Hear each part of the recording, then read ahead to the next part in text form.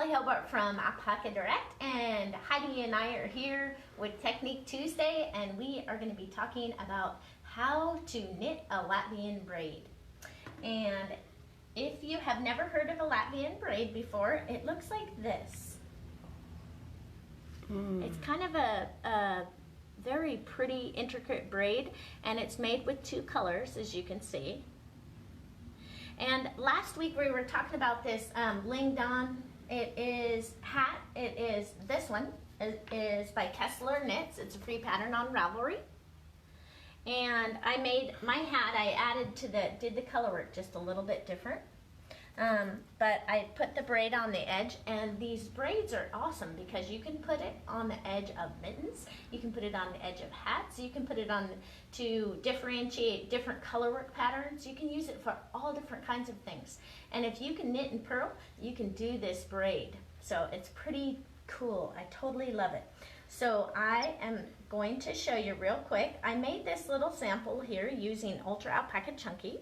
And here is the good side of the braid. And let's see if I can move these needles out of the way here. So here is a sample of the braid right there, and then another sample of the braid on the lighter colors.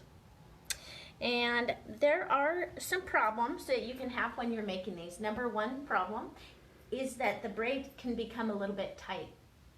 So if you just use one size needle larger for the actual 2 rows of the pattern, not the setup round, but the 2 rows of rounds, of the pattern, then it makes it nice and loose so that there is no gauge difference between the actual braid and the knitting, because otherwise it can tend to pull in a little bit, and when you're trying to put on your mittens or gloves or hat or what have you, that braid will cause constriction in the work and make it not like fully expand. So using one needle size larger is great for that.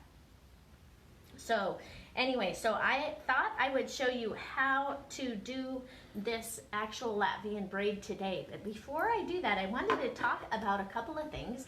Number one is the prize for this week. Every week we have a prize, right? So for last week, our winner was for some Kenzie. And we had 2 winners. One was for our person who shared our video, and then the other winner was for the person who actually posted comments in the comment section, and then they were entered to win for the prize. So that's how you get entered to win. And for this week, I was thinking, what do you think? Maybe a red or a blue in Ultra Alpaca Chunky. I love this yarn. That's what my little sample was made out of. So I thought, oh, we need to have that be the prize for this week because I so enjoy it. What I love about this yarn, it's 50 alpaca, 50 wool, and you get the warmth of alpaca and the sturdiness of wool. It's great for footwear, mittens, hats, all kinds of stuff like that, because they will hold up and you can just rinse them out in the sink, use a Eucalyptus wash or what have you, and keep them nice and clean, and this will just wear and wear. It's wonderful yarn. Well, we already have 3 reds. Yes. So what we need the season, to do, huh? Yep, it's true. So what you need to do to be able to enter to win for this week, if I didn't mention it already, is post comments in that comment section. Let us know what you're working on. Hey, if you have a great pattern, share it with us, because you know what? I find all of your great patterns and I'm like, oh, that would make a great Technique Tuesday. And then I'll use it later on down the road. So it's pretty cool. It helps inspire me as well. So we have people from Colorado, Florida, Virginia. Hi, good morning, everyone. And I'm sure I'm missing a few. Yay! That's awesome. It's so nice to have you here. And Jim is in Rome right now, so Heidi is covering for Jim. Bear with me. Yay! Thank you, Heidi. I know she's like a fish out of water. She's not used to doing this, but she's doing a great job. So anyway, that's awesome. And then as you're posting comments in the comment section, if you have any questions, go ahead and ask questions. And Kathleen is wonderful. She's the one that replies to your comments, and she will post those online so that you can get your answers to your questions. So if you haven't seen this beauty, this is knit with Sueno and Simplicity Spray. And this was the audition shawl, And this last week's homework was from here to here. This section, all the way from here to here, and it involves the Cable Island bind off, which is kind of Pico-esque. It kind of looks like a Pico bind off, see? That's totally cool. And it takes a little effort. Let's see, you have to knitted cast on 2 stitches, then you bind off one, then you bind off the next one, then you that last stitch you put over on the right hand side, you knit 2 together, you bind off one, and then you repeat that process over. So it takes like 7 steps to do it, but it's well worth it. I totally like it. To me, this one doesn't stick out. As standard Pico bind off will stick out more, and it's not as quite as stable. See how sturdy and stable this Channel Island bind off is? It's really stable, and so I kind of like it. So my project hasn't been blocked, so it's all warped and funky looking, but when I get home, I am going to block it. And guess what? I did weave in the ends. So I am 1 step ahead on that puppy. I was so glad to get it done. It's like, yay! Now I can wear it because it's been cold outside. It's been in the 20s. Well, it looks pretty beautiful now. Yes, today it's going to get up over 50, so I'm so excited. Actually, you know what I'm excited about? I want to be able to wash my windows one more time before Will you come on over to my house? I got little puppy noses all over mine. Yeah, I have little Evie handprints on mine. you can't be mad about that. Oh, no, it's cute. I actually, when I see her little handprints, it makes me smile because she's my little love bug. She's my granddaughter. She is a fantastic little girl. My angel. I would like to keep her, but the kids won't let me. Yeah, so anyway, so back to this Latvian braid. So now let's take a look. Okay, so first of all, I wanted to show you, when you get done with your Latvian braid, do you see how there's a jog? Because our knitting is not completely in the round. When you knit, it's kind of like knitting a spiral. And so do you see how that's off right there? So I show you how to take it and pull it back in so it looks more even on your edge. So if, say I make these into mittens, sorry, I have all my ends in here. Got my fingers stuck in ends. And so if I make these into mittens, do you see how this looks pretty nice like that? This one doesn't look that great, but I'll show you how to fix it. There's a super easy way to fix it. So let me bring myself right on over, and we will talk about our Latvian braid. Now, if you can knit and purl, you can absolutely do this braid. Now, I have 2 different needles here because when I do the 2 rows of the Latvian braid, I'm going to switch. These are number 7s, and these are number 6s, I think. Yep, they're number 6s, and these are number 7s. So I'm going to knit 2 rows with the number 7s and then go right back to the number 6s. So to do a Latvian braid, I have a little, like a recipe here. So it says how to knit the Latvian braid. So there is a setup round, and then there's 2 rounds to complete the braid. And basically what you do is you bring on color B. So my background color, this is my background color is color A. So with my setup round, I'm going to knit 1 stitch from color A and then 1 stitch from color B. So I just go along knitting 1 stitch, adding that yarn on all the way through the round. Okay, now I'm ready to actually do the Latvian braid part of it. Now remember, to make the Latvian braid so it's nice and elastic, what I do is I use a number 7 needle for the next 2 rounds. I have to have my pattern handy so I can take a look at it. And both yarns come forward, right? And then what I do is I'm going to, when on round number it said 1, it says bring yarns forward while working the braid, and we're going to be purling. So we're going to purl 1 from color A, which is our main color. So we're going to purl 1 from color A. Now when you purl this first stitch, remember to snug it up to this cord over here so it doesn't get loose. Okay, so I purled 1 from color A. Can everybody see this okay? I hope. Is it okay? And then bring color B up and over color A. So we're going to be twisting them like this. So we're going to do a purl with B, and then we're going to bring it over and purl. We're purling all the way across using first one color and then the other, making sure to go up and over with the new color. So this is how it's just 2 rows of purling. And what's nice about it is you can actually, you're purling the color that you see on your needle. So if you have that pinky color, you're going to be purling with that yarn as well. So you just have to remember the new color comes up and over.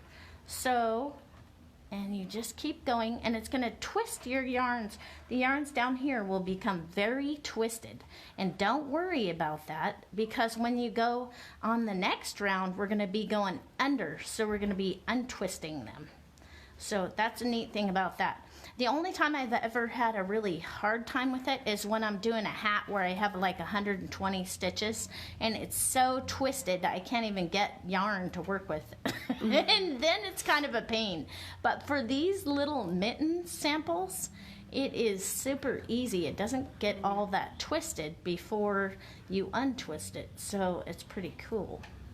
So with Christmas coming, how long does a project like this take? Well, I think that I can start a pair of mittens in the morning and finish them in the afternoon. Now remember, I'd like to do mine 2 at a time in the round using the magic loop method. So for me, it's probably easier than for someone who had to do 1 mitten at a time. I almost feel like it takes as much time, nearly as much time to do 1 as it does to do 2. So doing 2 is not that much harder than doing 1 for me. So anyway. Ruth was wondering if the chunky would be too chunky for child's mittens. You know, that's interesting that you mentioned that, because I need to make some mittens for Evie, and there's not a whole lot of really nice quality mittens out there for little kids. I agree. So I was going to do a chunky weight hat, because, you know, chunky weight hats are cute, and then do the worsted weight mittens and have them in the same colorway in vintage. That's what I was going to do, because vintage is machine washable, and for Meg, she seems to like the machine washable stuff. I know she just, you know, she likes to wash it and not have to worry about that care. So for Evie, when I have Evie with me, I put her in alpaca, but when she's with mom and dad, she can wear washable wool, because then they can wash it and they'll actually use it. So I think any parent wants it to be washable. They do? Well, when my kids were little, oh gosh, when my kids were little, if I could use 100% baby alpaca, I'd do that all the time. Matter of fact, my kids now, they still want the baby alpaca. My son has his alpaca hat, and that's all he wants to use. Oh my gosh. My husband's got an alpaca hat, and I can't even get it off of him. To wear it or clean it or do anything with it. Yeah. So see how this is getting tangled here? You can see how it's doing that? So it'll just keep getting tangled. But I'm almost ready to go the other direction, and I'll show you what happens here. Oops. Oh, now I'm getting off track. Sorry, I am getting totally off track. All right. So back to my pattern, up over the top for each one, and quit messing around, right? How are we supposed to get our braid done if we stop thinking and go on autopilot? We might be distracting you. Oh, good. Oh, goodness. I have to say, when Jim's out of town, I do not sleep as well. He's my security blanket, and he's also my electric blanket, because he doesn't like us to have an electric blanket on our bed, because he said it's not healthy for you. But he is just as good as any electric blanket, because he's so warm all the time, which is a match made in heaven, because I'm always cold. So that works sounds like great. our house. But I thought the 3 dogs were the electric blanket. Yeah. Yep. So now I've gone all the way around, and do you see I'm on my 1 needle size larger? So then I put the yarns in front, and yes, we're going to be purling again, But on round number 2, it says, with yarns in front, continue working the braid. Purl 1 from color A, bring color under color B. So we have, here is our color A. So we're going to purl, and then we bring the new yarn under instead of over, and still purling. Now I'll show you right here on this edge. You got to be careful when you're working this edge here, because see how those get loose and sloppy. You need to make sure it stays tight there, because otherwise you will have a funny looking sloppy edge on your braid where you did the magic loop method, and that just won't do. So we just got to keep going under now instead of over, and what it does is it untangles that tangle that you had, which is really nice. So I'll just do this side so you can see. I'm not going to do the rest of it because we could be here all day working on this stuff. But you can see the braid is super easy to do. You're just managing these yarns. One direction is going up over the top, and the next time round you're going underneath, and still where it's the beige color you're doing the beige, and where it's the pinky purple color you're doing that, and then you're making your braid. Celeste says hi. Good morning. It's nice to have all of you with us. Well, I was going to be talking about my double knit hat today, and there were quite a few people asking about this braid, and I'm like, yes, you know what? Latvian braids are really awesome. People can do it, and it makes a really super cute edging between colorwork patterns or lace patterns or anything that you might use garter stitch for. You can use this Latvian braid for. And all I would say is just make sure to use one needle size larger for those 2 rounds when you're actually doing the purling section. And then you won't have your Latvian braid be too tight, and then make sure on the edges to snug it up. But see, that's what the Latvian braid looks like. So isn't that cool? And it was 2 rows basically, not counting your setup round, but super easy to do. So now let's see, well, let me see if I can move these off to the side. So I wanted to show you, oops, that's not the side I'm looking for. Let's see if we can look right here. So this one right here is where I fixed that, and let's see if I can fix this one to make it look good. Now, if you cast on and you leave a longer tail, you have something to work with. On mine, I didn't leave much of a tail. We'll see if that can, I don't think that'll fix anything. What I did, whoops, there it goes, off the table. What I did is I grabbed myself another strand of my oatmeal colored yarn, and I am going to just put this on here. But you guys use your tails when you're making yours so that you can, because you can weave in the ends from your tail from your work right up to the edge, and then be able to make your Latvian braid look better. So use a long tail, and then you can use that tail to actually mend the Latvian braid. So now when I want to make my Latvian braid look better, I just go like so, and I'm going to get one of those strands. One second, I need to make one shorter.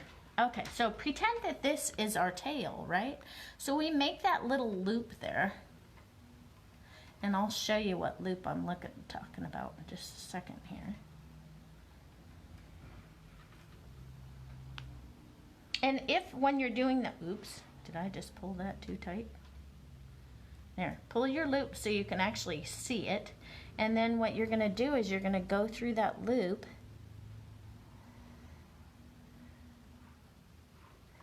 and you're going to kind of pull that loop tighter. And if it doesn't look right, just go back and do it again. I'm going to pull mine. And remember, if it doesn't turn out the way you want it the first time, just go in and do it again until it looks right. But you see how you can make the duplicate stitch right over the top of the other work and make the Latvian braid kind of mimic the other edge and kind of pull it in. See? So you would have to, I would go back with this one more time and redo this purple colored one and bring this strand right over to here and make it more centered. But do you see how you can pull it in and kind of fake it so that it looks like it's all on the same row instead of having that jog so much going over to the left? But that's how you can make your Latvian braid look better. Let's see if I can show you one. Maybe I can take this purple color here, or whatever it is, and show you on here. So if I was on this one, I'm feeling with my fingers where I want to be. There. That's pretty good right there. And see, you can go up to here. Let's see, I might have to go through because I can't really get the... Do you see how you can just kind of mimic it and pull it tighter? And then you can make your Latvian braid look more seamless that way. This one you could even pull over just a little bit more. But that way you can make it look, your edges look much straighter and much nicer than it would be if you didn't do that. So it's almost like doing a little bit of duplicate stitch. But doing this Latvian braid is super easy.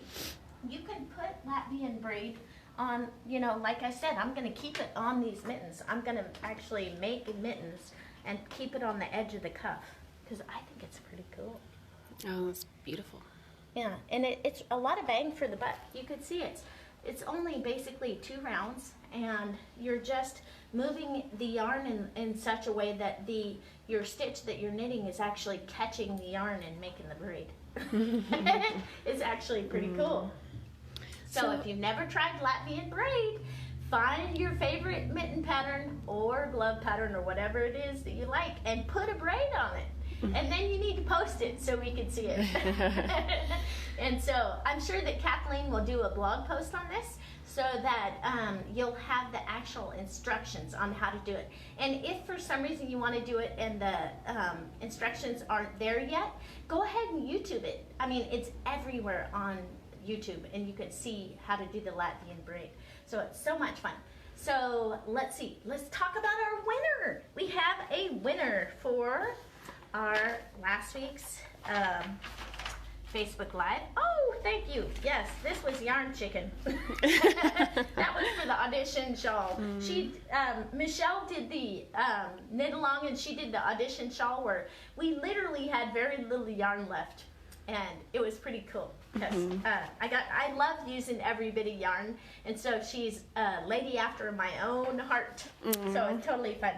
Okay, so the prize for this last week was for our Kenzie, and this is called the Arapaho, and you guys chose it. So as we're going along, if you could post if you like the blue or the red for this week for the Ultra Alpaca. I think red's winning. It's still winning, huh? Awesome. I don't know though. I like that blue. That's awesome. Oh That's yeah, beautiful. I like the blue too, but it was in our knit club project, and I think that a lot of people have that color, so maybe they want the red because it's getting closer to Christmas too, right? Yeah, and I think Knit Club still has a couple spots open. Yay, that's right. Yeah. Hey, you guys, I didn't. It's down to bring the line. bags, but oh my goodness, the projects are just about to go out, so another surprise for you guys. Totally awesome. I love it. I love surprises. This month is going to be much easier than last month, so you get a break. So you guys will have nice holiday knitting, and you won't have to think so much. So for this last week was this beautiful Kenzie, and let me read our winners. The first one for sharing with her friends was Kathleen McCarthy. You won. Yay. You won a skein of the Kenzie. And all you have to do is give us your shipping address, and you'll get this in the mail. You can give it a try and see how you like Kenzie. It's pretty awesome. And the other winner is Kim Jekyll Morris. Kim, you won. Congratulations. Awesome. I don't know if you've used Kenzie yet, but it is quite the treat. So all you have to do is contact us, and we can get your shipping information and send that out in the mail to you. So congratulations.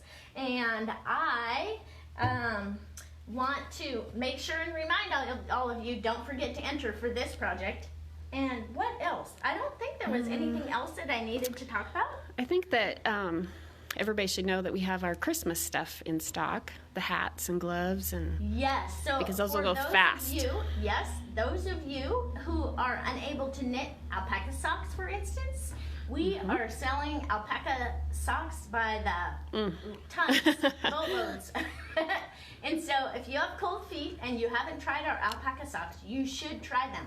They are fantastic. And we have a couple new styles that are nice and tall and warm and cozy. And so give those a look. If you haven't tried them before, they make great Christmas gifts. You know, I used to think socks weren't that great of a gift. Oh my gosh. And then after we got the alpaca socks, I'm like, okay, changed my mind. They're the best I gift. know. My whole family, that's all they want. Yeah, you spoil them, and it's I like, know. great. Now they want, all of them want alpaca socks. So I don't know if that's a blessing or a curse. Yeah. Well, it makes it easy, I guess. Yeah, it's true. Yeah. So anyways, this next week I'm going to be talking about a double knit project and maybe some different ways that you can learn how to double knit. I find the hardest part of double knitting is the cast on, and so I'm going to give you some ideas about different ways that you can get cast on without using the traditional cast on, so that you can learn how to double knit, and then you can work your way towards that fantastic invisible cast on like I have. So I'll share my journey with you, and maybe I'll get you double knitting because it is pretty cool. Double knitting is fantastic. It is a fabric that is, it's like two hats in one, but they're actually connected, and they're connected by way of color work. So if you have on one side of your hat is black, for instance, with white color work, then on the other side of your hat it'll be white with black color work, exactly the opposite, and you can flip it inside out, so it's totally reversible. So it's a pretty cool thing. If you like color work and you don't want those floats to be showing, you can actually double knit and create something really beautiful. Well, Celeste is already excited, so. Yay! Good! Awesome! Yes. So anyway, so for those of you out there, try the Latvian braid. I can't tell you how easy it is. It's fantastic and fun, and learning something new is just one more tool that you have in your box that you can just use to create all these fantastic items for. I think my family members, they all have one-of-a-kind projects because I always change my projects. My patterns rarely look like the pattern that they came from when I'm done, just because I've changed them so much. And it's partially just because I enjoy creating things and making it my own. That's why we love you. And sometimes people might say that's, you know, you might as well go hit your head against the wall because it makes it a little harder at times. But, you know, I love the challenge. So, and I'm always enjoying learning. So you guys have a great week, and you come back next Tuesday where we will be talking about double knitting. You take care now.